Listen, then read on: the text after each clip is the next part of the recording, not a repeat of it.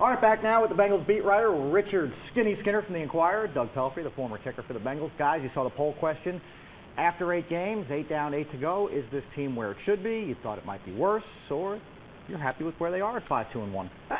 It's about where I thought they'd be record-wise, and because I thought they'd be 6-2 at this stage of the game. So basically, they are right there.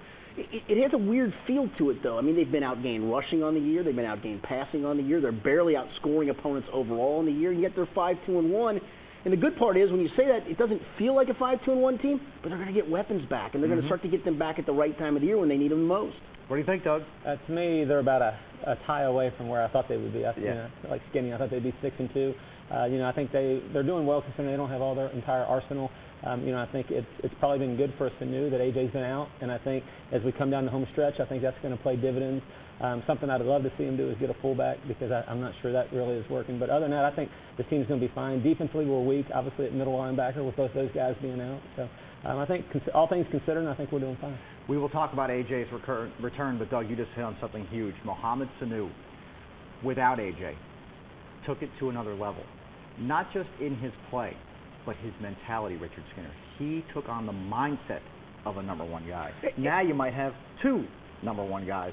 And he caught 2 very difficult passes today that #1 receivers make. It's not that #2 can't, obviously, but those were 2 balls that were thrown that said, go make a play for me. And you don't do that with #2 receivers in this league. You do it with #1s, with Calvin Johnson's, Larry Fitzgerald's in his heyday, A.J. Green's. You don't do that with Mohamed Sanu's normally. But he has started, I think, to get that trust from Andy. If he throws him a ball somewhere close, he's going to make a play on it. He did it twice. He did it last week as well. Right, absolutely. In that football game. And the second one today, he may have been interfered with.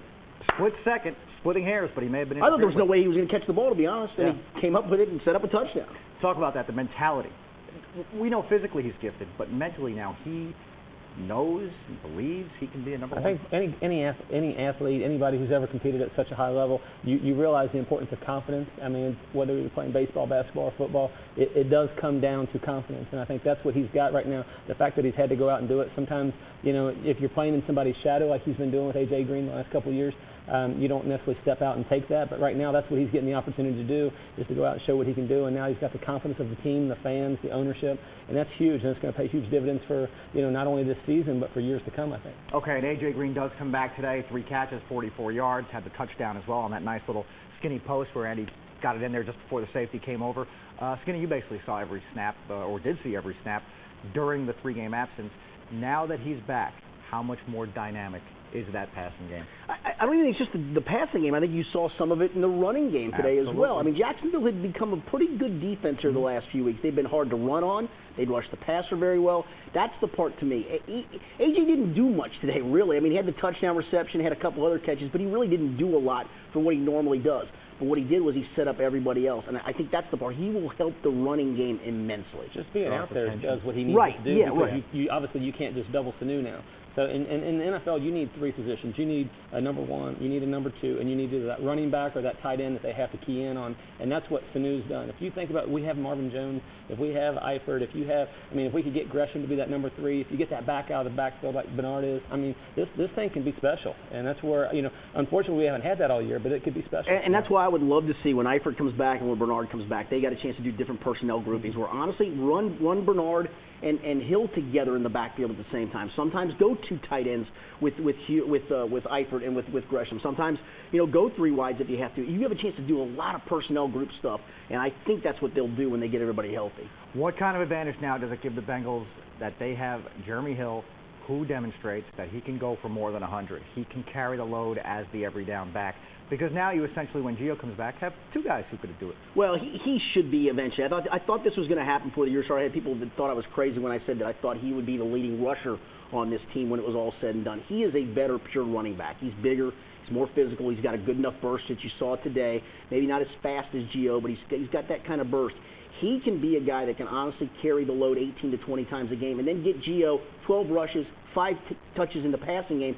It's better for his body. Mike, they've combined for 1,100 yards, the 2 of them, and I think that's only going to go up if you flip the roles a little bit, make Hill the main running guy, make Bernard kind of the specialized guy. I think they got a chance to be really dynamic together. I think what's neat about them, too, is they're both young guys, and they could be here for a long time. Right. The running back age usually gets to about 30 years old, and you're ready to move on. But when you have 2 guys and you can kind of run, like Gio's hurt today, so, so Jeremy takes the load. As I said earlier, I honestly would love to see us have a true fullback, somebody, just a big old pumpkin head who's just going to get down there and just bust it with you, put a little booty on you. And, you know, I watch Hewitt, and he does a good job. He struggled a little bit. But, like, he got blown in on, yeah. I think it was a second and 3 or something, and he just got blown up. And he's not a fullback. At the same time, he could be, you know, helpful at the tight end. But I think if we have that big old fullback that just knows how the timing of how to spring a play, I think our running game could be as good as our passing game. Well, you know what they say about the fullbacks? They start the year 6'2" and finish the year 5'10".